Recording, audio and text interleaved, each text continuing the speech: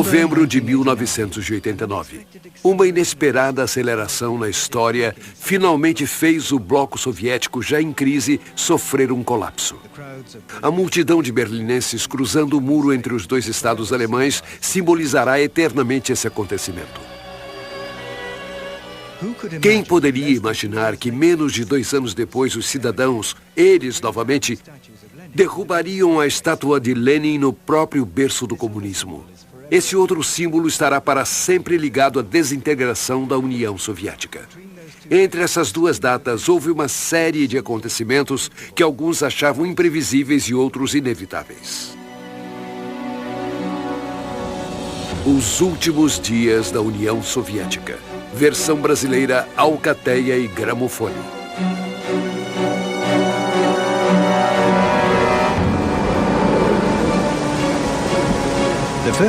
O primeiro acontecimento dessa série teve lugar a 4.000 quilômetros de Moscou, em 2 navios assolados pela tempestade no Mediterrâneo, ao largo da costa de Malta. Era a primeira reunião entre Mikhail Gorbachev, secretário-geral do Partido Comunista da União Soviética, e George Bush, o presidente dos Estados Unidos da América recentemente eleito. Foi muito engraçado, porque havia uma tempestade enorme e os barcos não puderam se aproximar. E Bush ficou enjoado e Gorbachev também ficou. Todos ficaram enjoados. Os dois homens que navegavam ao encontro um do outro naquele mar tumultuado eram os líderes das duas maiores superpotências do mundo. George Bush, presidente dos Estados Unidos da América há menos de 1 ano, sucedera Ronald Reagan, o homem que se referia à União Soviética como o império do mal e que havia levado a um clímax o confronto nuclear com o bloco soviético. Bush continuaria com a política do seu antecessor? Mikhail Gorbachev era secretário-geral do PCUS desde 1985. Na época, ele tinha 54 anos. Trouxe o espírito jovem à liderança do partido e deu início a reformas radicais. Nos assuntos exteriores, ele levantou a cortina de ferro, permitindo que países satélites da União Soviética, tais como a Polônia, a Hungria e a Tchecoslováquia, recuperassem o controle do destino de suas nações. No âmbito doméstico, empreendeu a democratização do país, cunhando 2 lemas revolucionários: Glasnost e Perestroika. Glasnost queria dizer liberdade de expressão. Perestroika queria dizer reestruturação dos sistemas político, econômico e social. Pessoas perguntam o que é perestroika. Bom, é trabalhar seriamente. Isso é o que é a perestroika. É ajudar os outros, é sentir o apoio dos outros. Isso é o socialismo. Logo que Gorbachev disse, agora vocês podem falar, foi o fim. Depois disso, não era mais possível parar ou voltar atrás. Era tarde demais. Tudo fluiu daí. No entanto, em 1989, o resultado era duvidoso. Mesmo que a sociedade soviética estivesse começando a respirar, mesmo que a censura à imprensa tivesse sido abolida e que as liberdades individuais estivessem sendo mais respeitadas e que as prisões arbitrárias tivessem desaparecido, a vida cotidiana dos russos se deteriorava. Foi quando a reunião de Malta teve lugar. Gorbachev chegou à reunião de cúpula em uma posição extremamente fragilizada. Ele tinha uma meta crucial: obter dos americanos o fim da escalada nuclear. Por motivos morais, claro, mas também por motivos econômicos.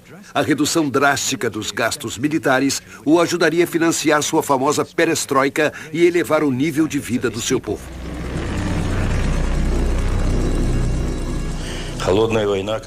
Não só os países europeus, mas o mundo inteiro estava atolado nessa Guerra Fria. Você tem que perceber que a União Soviética e os Estados Unidos tinham enterrado muitos bilhões de dólares na corrida armamentista. Imagine o que poderia ter sido feito com esse dinheiro todo. No mês anterior à reunião, a administração Bush esteve dividida. O presidente Bush, e foi aí que eu desempenhei um pequeno papel, levou todo o seu comando, todo mundo, para Camp David, que é a residência presidencial de férias, e convidou para fazer uma palestra para todo o seu comando, duas pessoas que representavam visões acadêmicas americanas diferentes a respeito de Gorbachev. O professor Richard Pipes, de Harvard, que não confiava em Gorbachev, não acreditava nele e achava que a perestroika era um truque. E Stephen Cohen, de Princeton.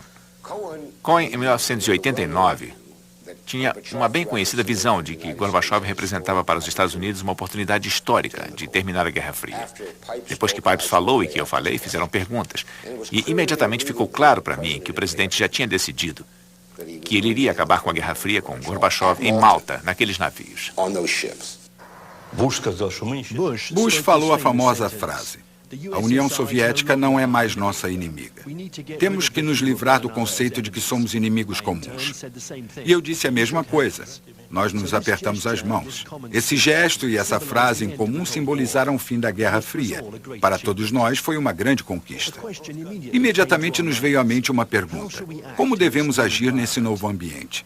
Era difícil de responder. Foi nesse novo contexto político que Mikhail Gorbachev visitou Vilnius, na Lituânia, onde milhares de manifestantes exigiam a independência do país. Gorbachev, acompanhado da esposa Raisa, foi avaliar a situação que estava se tornando perigosa, porque a Lituânia era uma parte integral da União Soviética. Tal como os outros dois estados bálticos, Letônia e Estônia, foram anexados à União Soviética em 1940. Quando Mikhail Gorbachev veio aqui, eu o acompanhei a todos os lugares. Pelas ruas, nas praças e para conhecer os intelectuais. Ele sempre perguntava a mesma coisa: vocês querem mesmo sair da União Soviética? A resposta era sempre um unânime sim. O que mais eles poderiam responder a não ser sim? Era evidente. De volta a Moscou, Gorbachev mostrou outra conclusão de sua viagem aos seus colegas de partido. Quando Gorbachev voltou de Vilnius, ele discursou com entusiasmo. Ele disse: está tudo bem. Eles querem ficar com os russos e pertencer à União Soviética. Não há problema. No entanto, 2 meses depois, a Lituânia declarou sua independência unilateralmente. Pela primeira vez na história da União Soviética, uma de suas repúblicas estava se separando. Era um assunto sério, porque provavelmente seria contagioso. Gorbachev ganha tempo. Segue as regras que ele mesmo se impôs ao subir ao poder.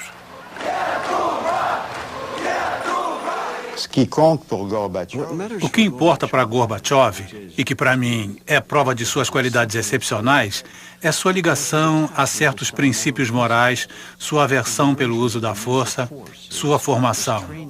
Ele era advogado e tinha grande consideração pela primazia da lei.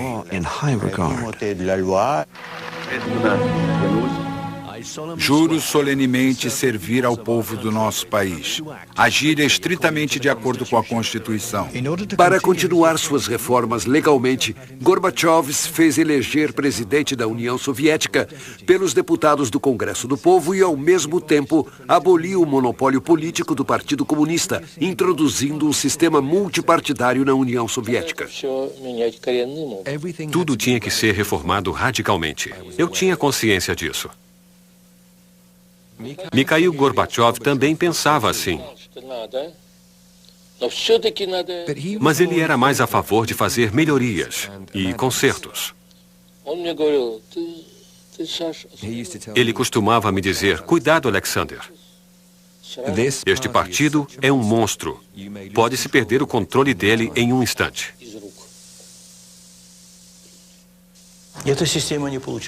Esse sistema tinha chegado ao fim da linha. Estava desatualizado. Era óbvio, pois seguia uma política autoritária. O Partido Comunista e o sistema administrativo exerciam um controle absoluto. Como pode observar, todos os meus passos inovadores foram contrapostos pela nomenclatura. Era sempre a mesma coisa. Em vez de governar os assuntos e implementar a perestroika, o Partido Comunista começou a retardar todo o processo. Certas pessoas achavam que só seria possível acabar com o sistema comunista desmantelando a União Soviética. Eu não entendia isso, não podia aceitar. Pensei que era melhor construir uma união ao estilo da União Europeia. Por isso, preparei um novo plano econômico que deveria ser levado a cabo em 500 dias. Tive que intervir nesse assunto durante os debates parlamentares para criticar severamente Yavlinsky e o próprio Gorbachev. Eu lhes disse, como podemos mudar para uma economia de mercado em 500 dias se nem criamos uma teoria de liberdade de mercado? Como podemos resolver esse problema em 500 dias? É loucura.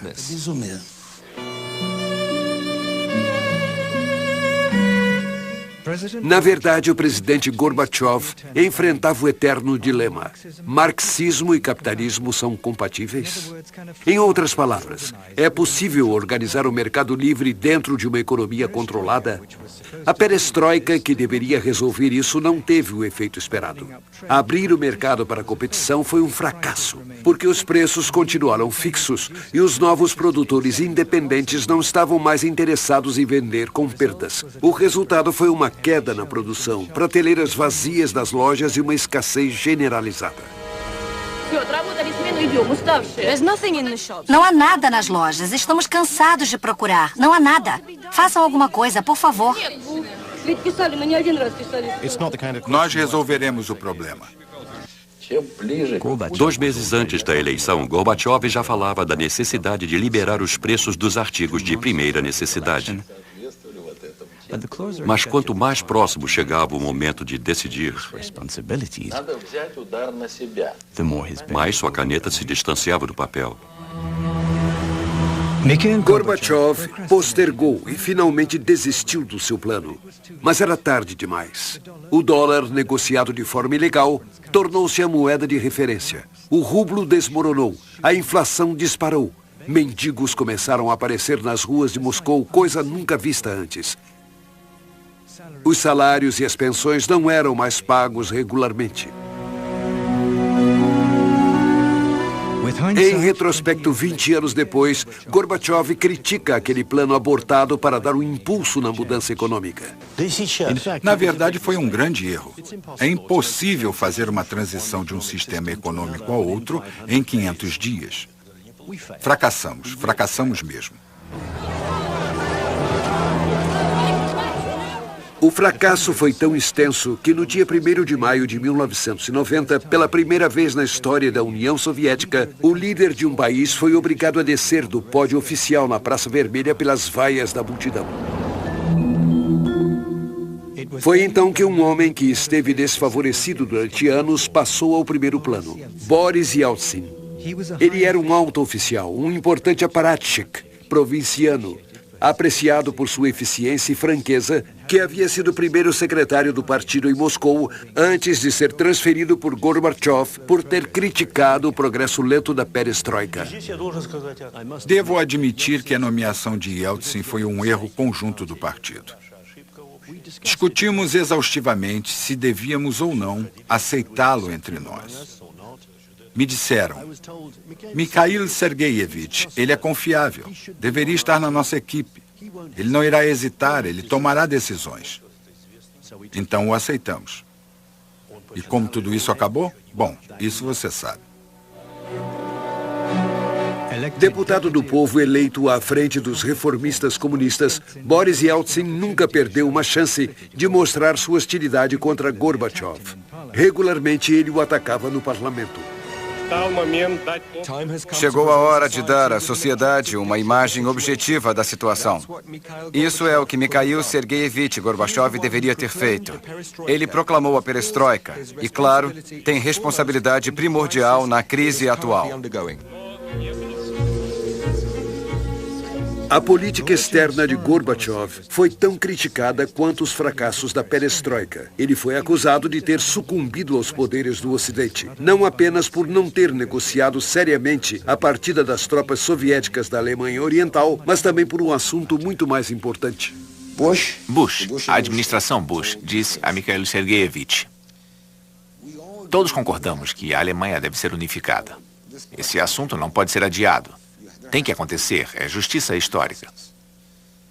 Mas o que fazer com a Alemanha unificada? Onde você irá colocá-la? Uma solução era colocar a Alemanha na OTAN para que pudesse ser controlada. Mas Gorbachev não gostou da ideia. Seria uma capitulação grande demais, uma concessão excessiva. Então disseram a Gorbachev, ou ele pediu, não sei bem, que se a Alemanha entrasse na OTAN, a OTAN nunca iria para o leste. Em outras palavras, a OTAN terminaria, pararia na Alemanha. Gorbachev teve essa promessa, mas ele cometeu um erro, confiou nos americanos. Era óbvio que os poloneses, os húngaros e os tchecos fariam qualquer coisa para entrar na OTAN, forçando os limites da organização até as fronteiras da União Soviética.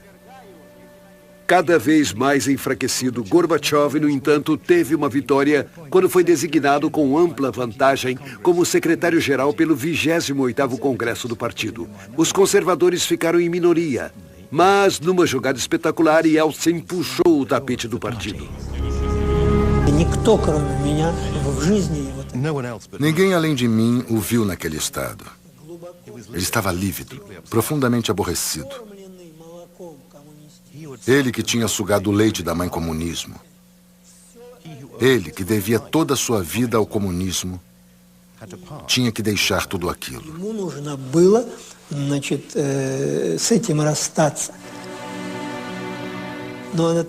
Lembro daquela hora na sala do Congresso no Kremlin. Ele é visto de costas, andando pelo corredor. Ele que tinha sido tão poderoso e implacável, agora estava destruído. Na verdade, andando desse modo, ele estava indo para um novo poder em potencial. No outono de 1990, a situação era a seguinte. Os democratas tinham derrubado Gorbachev depois que ele tinha abandonado o plano de 500 dias. E os comunistas também lhe viraram as costas, alegando: para que você nos serviria depois de tudo que você nos fez? Então ele foi deixado em suspenso. Nesse vácuo, o presidente Gorbachev foi forçado a escolher.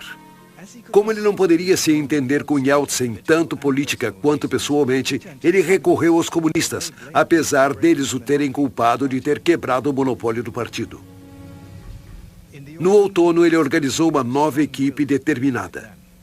Nomeou Boris Pogol como ministro do Interior, Dmitry Yazov como ministro da Defesa e Vladimir Kryuchkov como chefe da KGB. E fez novas concessões para os da linha dura, nomeando Gennady Yanaev como vice-presidente e Valentin Pavlov como primeiro-ministro. Essa mudança de direção foi tão surpreendente que seu mais fiel companheiro de armas, Edvard Shevardnadze, renunciou. Isto é o advento da ditadura.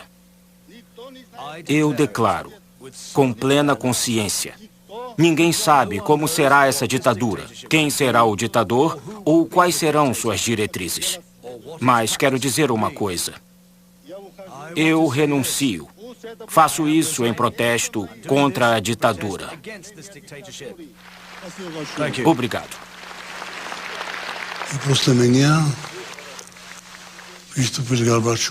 Depois de mim, falou Gorbachev. Ele disse: isso não é verdade. Não há ameaça. Se houvesse uma ameaça verdadeira, por que Shevardnadze saberia disso e eu não? Mas minha fonte era confiável. Sabe por quê? Porque eu era ministro de Assuntos Exteriores e 30% a 40% dos diplomatas do ministério trabalhavam para a KGB. Eles sabiam tudo e, naturalmente, me informaram e Gorbachev não queria acreditar em mim. O endurecimento do regime em Moscou fez com que os comunistas conservadores dos estados bálticos partissem para o ataque.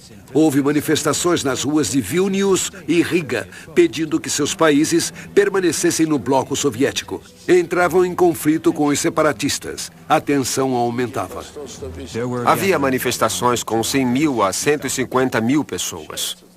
A vista da multidão se perdia no horizonte. Alguns altos oficiais me chamaram a Moscou e disseram: oferecemos o que for necessário para você sufocar esse movimento. E eu respondi: eu não quero nada. Eu não farei isso. Então essas ofertas terminaram. Em Vilnius, um golpe estava sendo preparado. Havia comandos aguardando apenas uma ordem de Moscou e eles interviriam. Eu vi o presidente Gorbachev chamar Yazov, o ministro da Defesa, e dizer: quanto tempo isso vai durar? Por que não consegue lidar com esse bando de nacionalistas? E Yazov respondeu: Mikhail Sergeyevich, você é o comandante supremo. Dê-me ordens por escrito e amanhã aquela torre de transmissão e tudo em volta não existirão mais.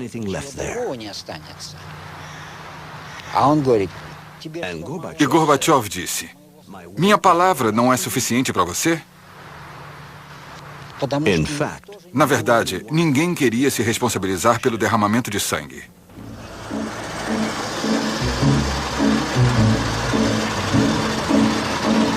A consequência dessa indecisão nos mais altos escalões do Estado não demorou a acontecer. Os comandos de elite alfa invadiram os edifícios públicos em Vilnius e atacaram os nacionalistas entrincheirados na torre da televisão. Houve 14 mortos e 700 feridos. Acontecimentos semelhantes ocorreram em Riga, com 4 mortes. Gorbachev reagiu imediatamente, fato raro nos líderes soviéticos.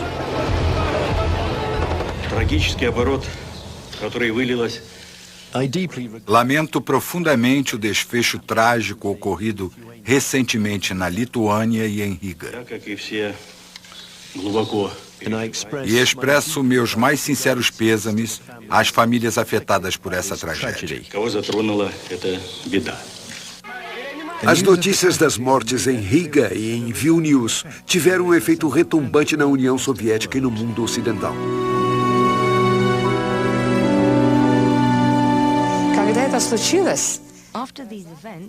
Depois daqueles acontecimentos, o Ocidente, principalmente os Estados Unidos, ficaram preocupados. Temiam que isso desestabilizasse não só os países orientais, que se tornaram independentes recentemente, mas também a própria União Soviética. Lembro dos comentários de George Bush, de Margaret Thatcher e de François Mitterrand naquela época. Eles temiam que esses acontecimentos pudessem impedir a perestroika de Gorbachev. Eles gostavam de Gorbachev, contanto que ele levasse a cabo a esperança que eles tinham em uma verdadeira democratização da União Soviética. Então, para dar mais um passo no longo caminho para a democracia e ganhar novamente o controle da situação, o presidente Gorbachev decidiu organizar um referendo, o primeiro e até agora o último na história do país. Perguntava à população se a União Soviética deveria ser signatária de um novo tratado de união ainda por ser definido. 76% das respostas foram positivas. No mesmo dia, houve outro referendo exclusivamente na Rússia. 70% dos votos foram a favor de estabelecer a função de presidente da Rússia, eleito por sufrágio universal. No dia 16 de junho, Boris Yeltsin fez o juramento. Tinha acabado de ser eleito o primeiro presidente da Rússia. Moscou agora era a sede de duas partes opostas. A da União Soviética, representada por Gorbachev, e a da Rússia, com Yeltsin no comando, encarnando as esperanças do povo russo.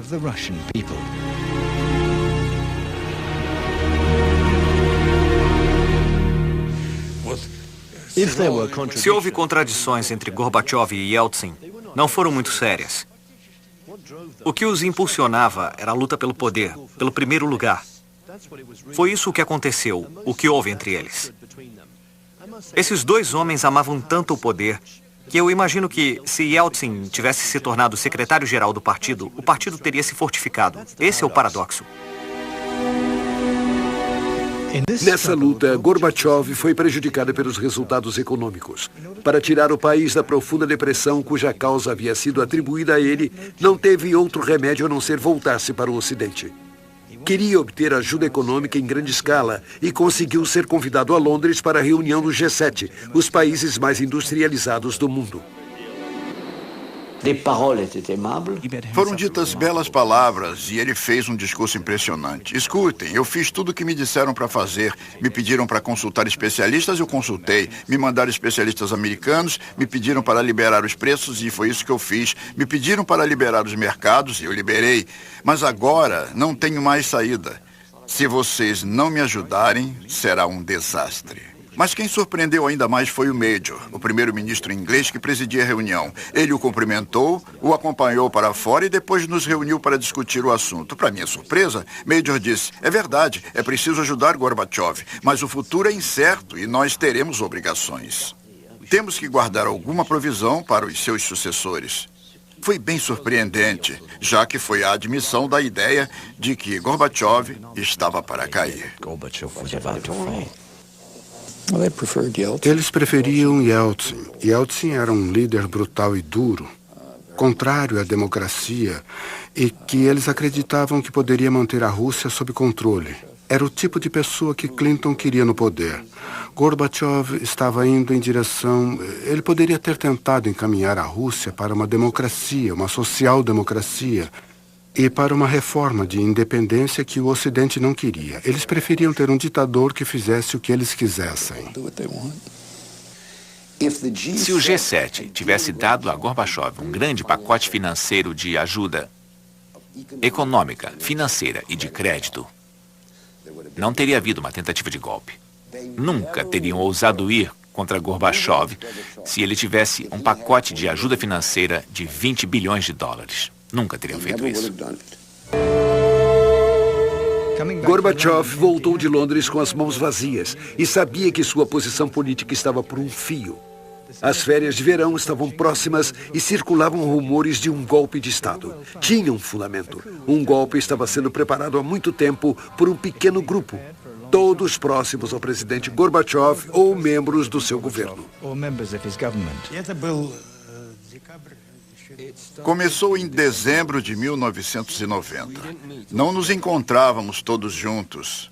Nos reuníamos em pequenos comitês. O país estava indo para a ruína e era necessário tomar medidas extraordinárias para deter esse processo. Tínhamos a Constituição da União Soviética por detrás e o referendo de março, quando as pessoas tinham dito um firme não à dissolução da União Soviética. Os aspirantes a golpistas se opunham fortemente ao novo tratado preparado por Gorbachev, que tornaria a União Soviética uma federação de estados soberanos, cada qual gozando de um grande grau de independência. O projeto de um tratado para criar a nova União estava pronto. Foi publicado no fim de julho. Os principais problemas estavam quase resolvidos. O dia da assinatura já tinha sido marcado, seria no dia 20 de agosto. Os primeiros a assinar seriam Rússia e Bielorrússia. Os conspiradores pensaram, agora é a hora de agir. Foi isso que aconteceu. No dia 18 de agosto, enquanto Gorbachev e a mulher Raissa e a família estavam em férias na residência presidencial na Crimeia, algo preocupante ocorreu. O Ministério da Defesa cortou a eletricidade e o telefone na residência presidencial. Os militares me disseram que tinham recebido a ordem. Foi isso que aconteceu. E eles saíram de lá. Enquanto isso, navios da Marinha Soviética patrulhavam ostensivamente ao longo da costa. A ideia era criar uma sensação de tensão na residência. Pouco tempo depois, uma delegação de ministros e membros do parlamento entrou na residência de Gorbachev. Sem mais delongas, ordenaram que ele declarasse estado de emergência no país, o que de fato confirmaria o golpe de Estado. Ele respondeu declarando os princípios constitucionais. Eu simplesmente disse aos conspiradores: reúnam o Congresso do Povo. Então vocês falarão diante deles e eu farei o mesmo. Depois tomaremos a decisão adequada. Eles me responderam: nesse caso, renuncie. Eu me recusei. Portanto, o golpe deparou-se com minha resistência e não teve meu apoio. Eles queriam que eu os apoiasse. Foi assim que as coisas aconteceram. De acordo com um dos conspiradores presentes, o comportamento de Gorbachev naquele 18 de agosto, quando o futuro do regime estava em jogo, foi bem diferente. Eu estava lá e foi assim que Gorbachev se comportou. Ele pegou um pedaço de papel e disse: escreverei ao presidente do parlamento pedindo que reúna o Congresso do Povo. Ele pegou a caneta e um pedaço de papel, mas disse: na verdade, por que eu escreveria? Vocês estão aqui, vão e digam ao presidente para reunir o Congresso. Outro participante entendeu o comportamento de Gorbachev como um encorajamento tácito ao golpe. Tivemos a impressão de que o presidente não nos podia dizer abertamente: vão em frente, deem um golpe, peguem Yeltsin pelos pés e joguem-no onde quiserem. Não, ele nunca disse isso. Mas os presidentes não usam esse tipo de linguagem. Então, os conspiradores entraram em Moscou sem a autorização oficial do presidente Gorbachev e decidiram precipitar os eventos. Declaração dos líderes soviéticos. Devido a Mikhail Gorbachev estar incapacitado por motivos de saúde a exercer suas funções de presidente da União Soviética, conforme a linha 7 do artigo 137 da Constituição, declara-se o estado de emergência. 500 tanques entraram em Moscou. Foi Yezhov, ministro da Defesa, quem dera a ordem. Posicionaram-se em lugares estratégicos, em volta de ministérios, na rádio, na televisão. Rodearam o parlamento da Rússia, a Casa Branca. Os conspiradores, no Kremlin, instituíram a censura, proibiram demonstrações e estabeleceram um toque de recolher. Entraram em contato com Boris Yeltsin, que recusou o convite para juntar-se à ação. Na casa de campo de Yeltsin, nós traçamos um apelo ao povo. Encontramos as palavras claras, precisas e adequadas para dizer que Gorbachev, o presidente legitimamente eleito, tinha sido retirado do poder e que os golpistas eram criminosos de Estado.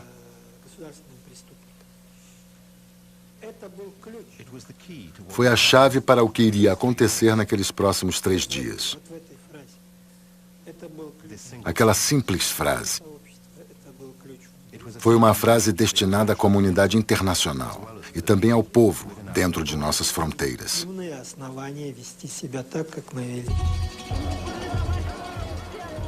Cada vez mais moscovitas chegavam à Casa Branca, que estava rodeada por tanques.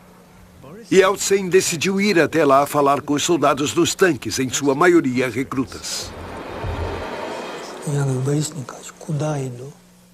Eu disse a ele: nem pense nisso, Boris Nikolaevich. Está fora de questão.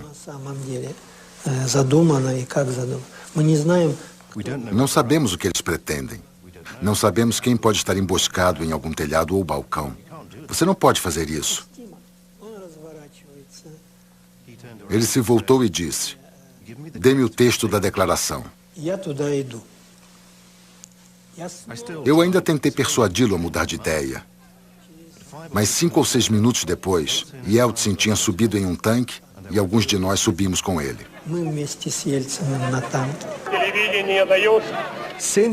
Já que não tenho acesso à televisão ou à rádio, lerei isto. Aos cidadãos da Rússia, Na noite do dia 18 para o 19 de agosto de 1991, o presidente devidamente eleito de acordo com a lei foi retirado do poder. Tudo isso nos leva a declarar ilegal esse assim chamado comitê.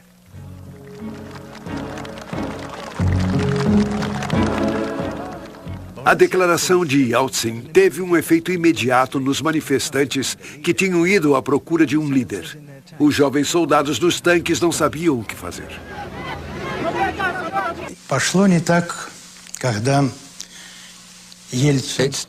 As coisas começaram a ir mal para nós quando Yeltsin e sua comitiva, os Popovs, os Sobchaks, etc., todos traidores nacionais, não há outro nome para eles, levaram cerca de 100 mil pessoas para a frente da Casa Branca. Isso afundou o barco de vez.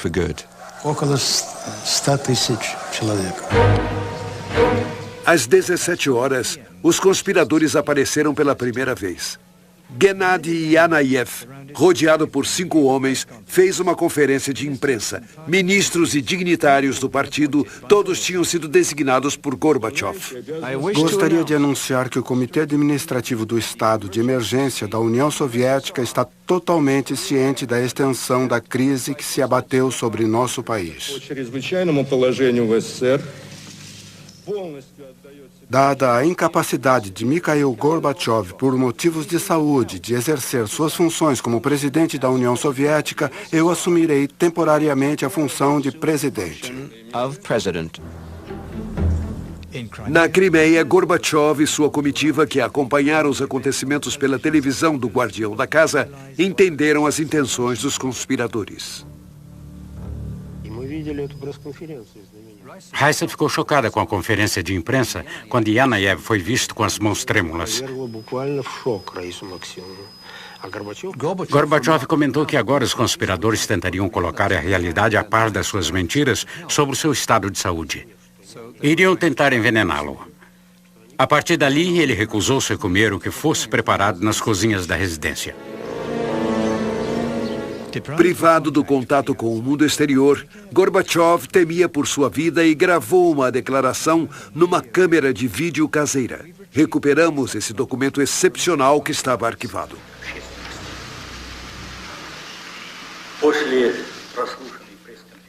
Depois da conferência de imprensa do Comitê do Estado de Emergência, dirigido pelo camarada Yanayev, compreendi que os públicos russo e estrangeiro tinham sido mal informados.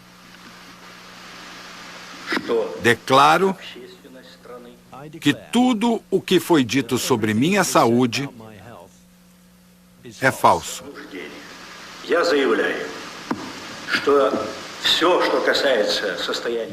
Essa mentira serviu como uma trama contra a Constituição. O legítimo presidente está sendo impedido de exercer suas funções.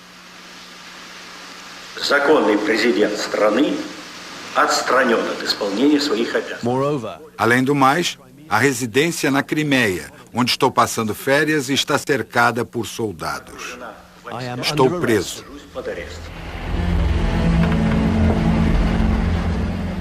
No dia seguinte, Yeltsin, que passara a noite no parlamento protegido por um forte serviço de segurança, recebeu cada vez mais apoio do país e do estrangeiro. Os moscovitas levantaram barreiras em volta dos tanques, cujos ocupantes, que não haviam recebido nenhuma ordem, mostravam sinais de cansaço. Entre os conspiradores, a confusão era total. Um a um tentavam desistir. Todos nós, membros do Comitê do Estado de Emergência, não conseguimos mandar atirar no nosso próprio povo. Não houve guerra civil ou derramamento de sangue. Só um acidente durante a noite quando os tanques começaram a se retirar. Havia uma saída que tinha sido obstruída por veículos, tais como um caminhão de lixo, um trólebus e um caminhão, e atrás deles havia algo, provavelmente tanques, tentando passar. Eu vi um homem, e depois 5, 10, 20, correndo em disparada em direção dos tanques. E mais atrás, 100, 150, 200 pessoas. Quando alcançaram o tanque, desdobraram o toldo que havia na traseira e o jogaram por cima do tanque. E sem visibilidade, o tanque começou a recuar e, nesse momento, esmagou 2 jovens. E a multidão começou a gritar.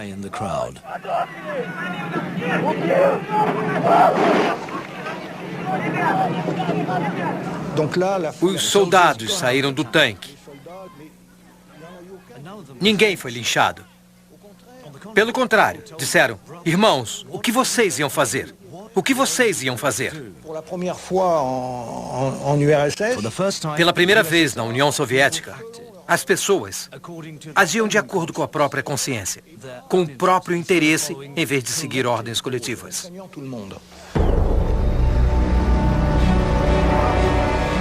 Na manhã do dia 21 de agosto, o estado de emergência foi levantado. Os golpistas se entregaram. Os tanques voltaram às casernas rodeados pela celebração popular. Agora era hora de trazer Gorbachev de volta a Moscou. Em pânico, os golpistas decidiram mandar Vladimir Kryushkov e alguns outros para a Crimeia. Acharam que, estando perto de Gorbachev, poderiam proteger-se das consequências do tumulto que haviam causado. Ao ouvir isso, Yeltsin, que suspeitava de uma possível traição, decidiu mandar seu vice-presidente Rutskoy buscar Gorbachev. Ele então apareceria como o salvador de Gorbachev aos olhos da opinião mundial. Portanto, Yeltsin informou sua iniciativa às embaixadas ocidentais em Moscou. Eu estava em contato com a embaixada francesa de lá, que me informou que um avião iria partir. Eu falei com o embaixador: coloque alguém nesse avião, coloque alguém nesse avião. Esse alguém era um diplomata francês que falava fluentemente o russo. Ele se uniu a Rutskoy e sua equipe e o avião pousou 2 horas depois na Crimeia. Eles foram imediatamente ver Gorbachev. Gorbachev estava protegido por uma pequena unidade que nos levou até ele, sua esposa Raissa e sua comitiva. Os golpistas estavam em volta. Eu lhe disse que estávamos a favor do que ele havia feito e que viéramos ajudá-lo a voltar. O que o deixou bem animado. Sua esposa parecia muito abalada, dava muita pena. Rutskoy lhe disse: viemos soltá-los. O problema era que Kryushkov e seus golpistas ainda estavam lá e também queriam levar o presidente Gorbachev de volta a Moscou em seu avião. Gorbachev nos disse: obrigado, pessoal, mas eles vieram me buscar. Vou no avião deles. Hoje à noite faremos as malas e viajaremos pela manhã. Nós, do grupo de Yeltsin, dissemos: de jeito nenhum, você vem conosco agora mesmo. Mesmo tentado em ir com os golpistas, Gorbachev concordou em ir no avião enviado por Yeltsin, mas ele sabia o que o esperava. Mikhail Gorbachev estava angustiado. Não estava no seu estado de espírito usual. Não sabia o que dizer. O corpo inteiro tremia. E eu sabia por quê. Porque ele tinha percebido que iria perder tudo. Uma grande delegação de partidários de Yeltsin, o verdadeiro vencedor do golpe, recebeu Gorbachev no aeroporto de Moscou. Ele foi corajoso.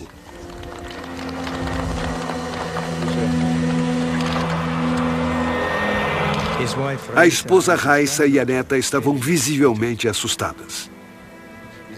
Ele condenou vigorosamente o golpe, mas não teve outro remédio senão homenagear seu libertador. Gostaria de expressar minha gratidão ao povo russo e ao seu presidente Boris Yeltsin por sua postura firme contra esse movimento.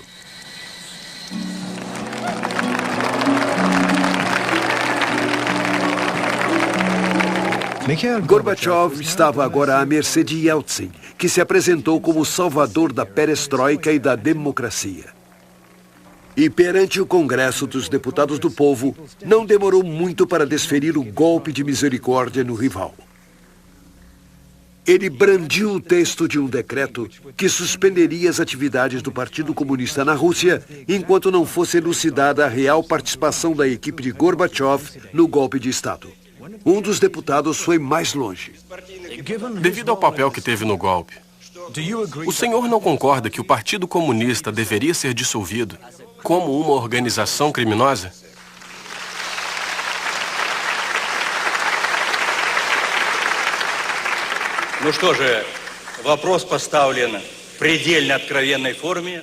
Já que a pergunta foi tão direta, responderei da mesma forma. Quando o senhor fala da dissolução do Partido Comunista como uma organização criminosa, eu não concordo em absoluto. Proibir simplesmente o partido seria um erro da parte do governo e do presidente democrático. Nesse ponto ocorreu uma cena incrível. Yeltsin subiu a bancada. Ele queria que Gorbachev assinasse o decreto com ele. O presidente resistiu. Yeltsin insistiu. Gorbachev recusou. Yeltsin voltou à sua cadeira e... Camaradas, para terminar com isso, permita-me assinar o decreto pondo um fim à atividade do Partido Comunista Russo.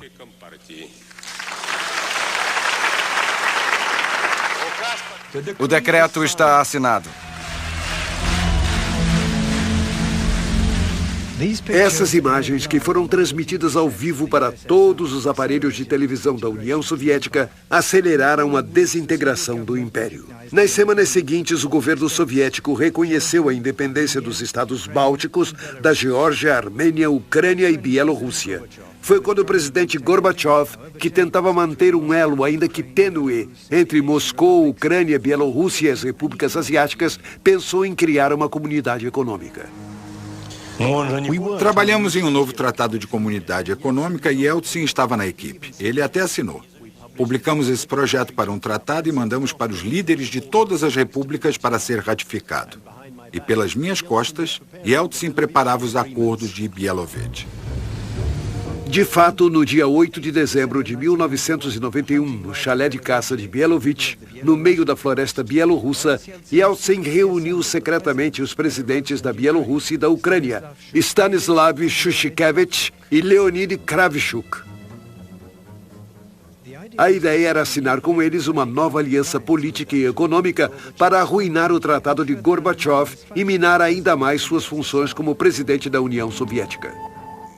Sem Yeltsin e sem a parte representada pela Bielorrússia e pela Ucrânia, não teria havido a desintegração da União Soviética. E se não tivesse havido a desintegração, continuaria tudo igual. O velho regime com os velhos princípios que todos conhecemos bem. Gorbachev tinha perdido tudo. Bebeu a taça amarga até a última gota. No dia 21 de dezembro, em Alma-Ata, no Cazaquistão, 11 repúblicas uniram-se à Comunidade dos Estados Independentes, CEI, a nova comunidade econômica criada por Yeltsin, assinando dessa forma a sentença de morte da União Soviética, que tornara-se uma casca vazia. Gorbachev desaparecera. Passamos a metade do tempo nos preocupando com o futuro da União Soviética. Já chega.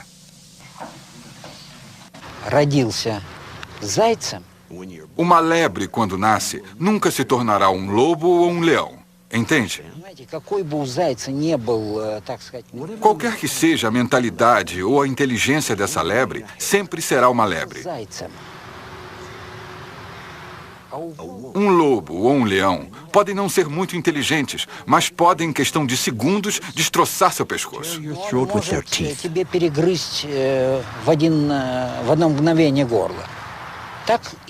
Isso dá uma ideia da relação entre Yeltsin e Gorbachev.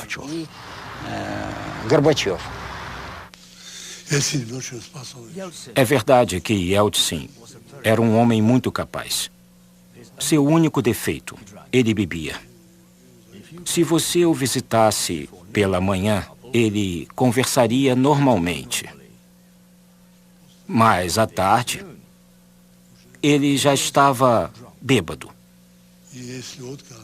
E se a vodka não estivesse gelada, ele gritava para os assistentes: por que a droga da vodka não está gelada?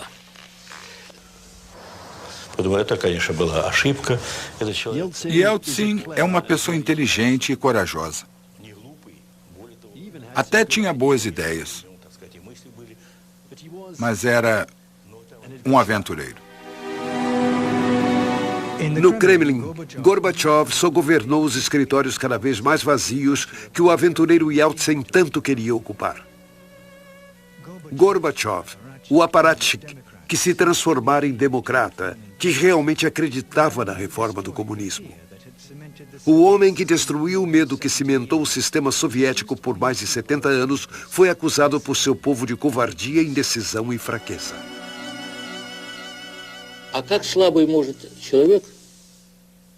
Mas como um homem tão fraco poderia ter iniciado a perestroika? Diga-me.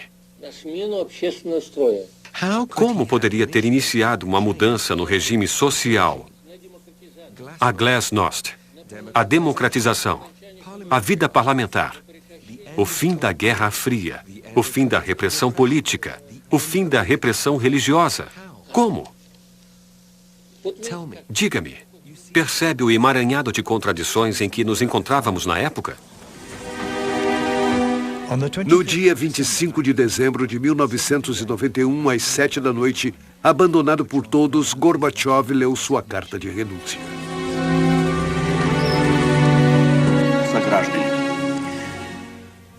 Caros amigos compatriotas e cidadãos, em vista da presente situação, com a criação da CEI, eu, pela presente, cesso minhas atividades como presidente da União Soviética.